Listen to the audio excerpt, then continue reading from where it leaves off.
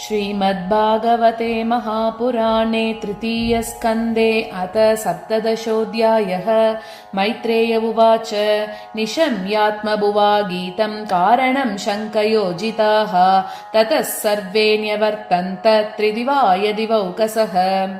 दितिस्तु भर्तुरादेशात् अपत्य परिशङ्किनी पूर्णे वर्षशते साध्वी पुत्रौ प्रसूशुवे यमौ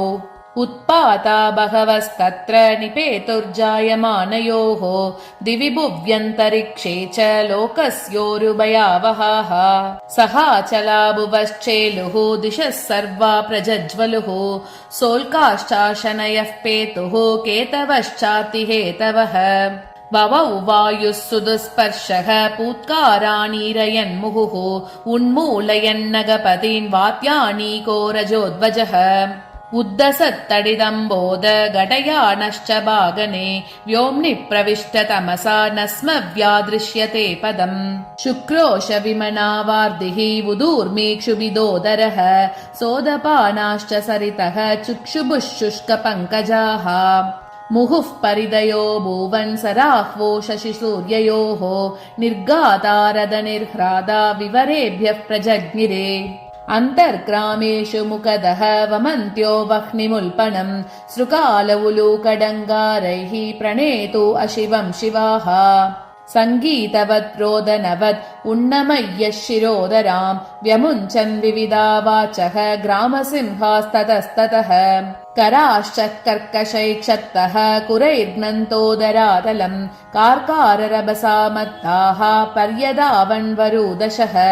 रुदन्तो रासभत्रस्ता नीडातुदपदन्ककाः घोषेरन्ये च पशवः शक्रून्मूत्रम् अकुर्वतः गावोऽत्रसनसृग्दोहा तोयताः पूयवर्षिणः व्यरुदन् देवलिङ्गानि द्रुमाः पेतुर्विनानिलम् ग्रहान् पुण्यतमानन्ये भगनांश्चापि दीपिताः अतिचेरुर्वक्रगत्या युयुधुश्च परस्परम् दृष्ट्वा अन्यांश्च महोत्पातान् तत्तत्त्ववितः प्रजाः ब्रह्मपुत्रान् ऋते भीता मेनिरे विश्वसम्प्लवम् तावादिदैत्यौ सहसा व्यज्यमानात्मपौरुषौ ववृधा तेष्मसारेण कायेनाद्रीपति इव दिवि स्पृशौ हेम किरीटकोटिभिः निरुद्धकाष्ठौ स्फुरतङ्गदाभुजौ गां कम्पयन्तौ चरणैः पदे पदे कड्यासु काञ्च्यार्गम् अतीत्यतस्ततुः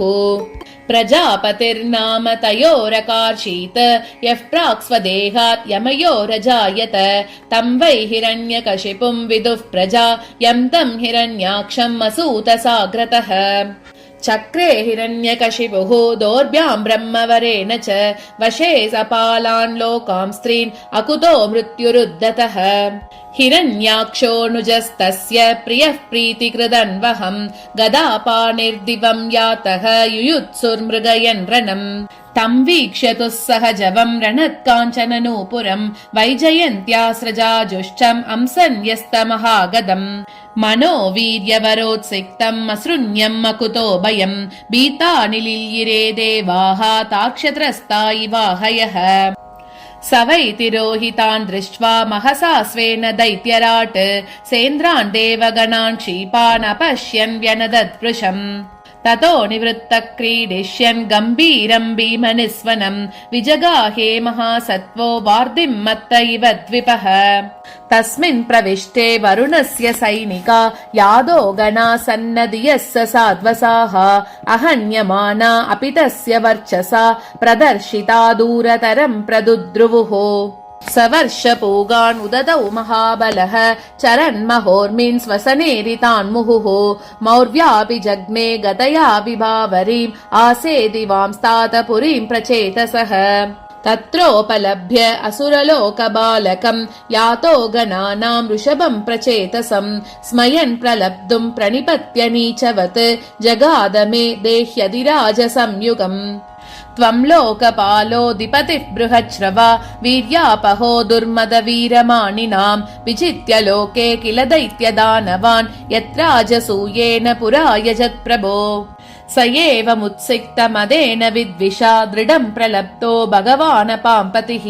रोषम् समुत्तम् शमयन् स्वया धिया व्यवोचदङ्गोपशमम् गता वयम् पश्यामि नान्यम् पुरुषात् पुरातनात् यः संयुगे त्वाम् रणमार्गकोविदम् आराधयिष्यत्यसुरर्षवेहितम् मनस्विनोऽयम् गृणते भवादृशाः तम् वीरमाराद् अभिपद्य विस्मयः शयिष्यसे वीरशये स्वभिर्वृतः यस्त्वद्विदानामसताम् प्रशान्तये रूपाणि दत्ते सत् अनुग्रहे च या इति श्रीमद्भागवते महापुराणे पारमहंस्यां संहितायां तृतीयस्कन्धे हिरण्याक्षदिग्विजये 17.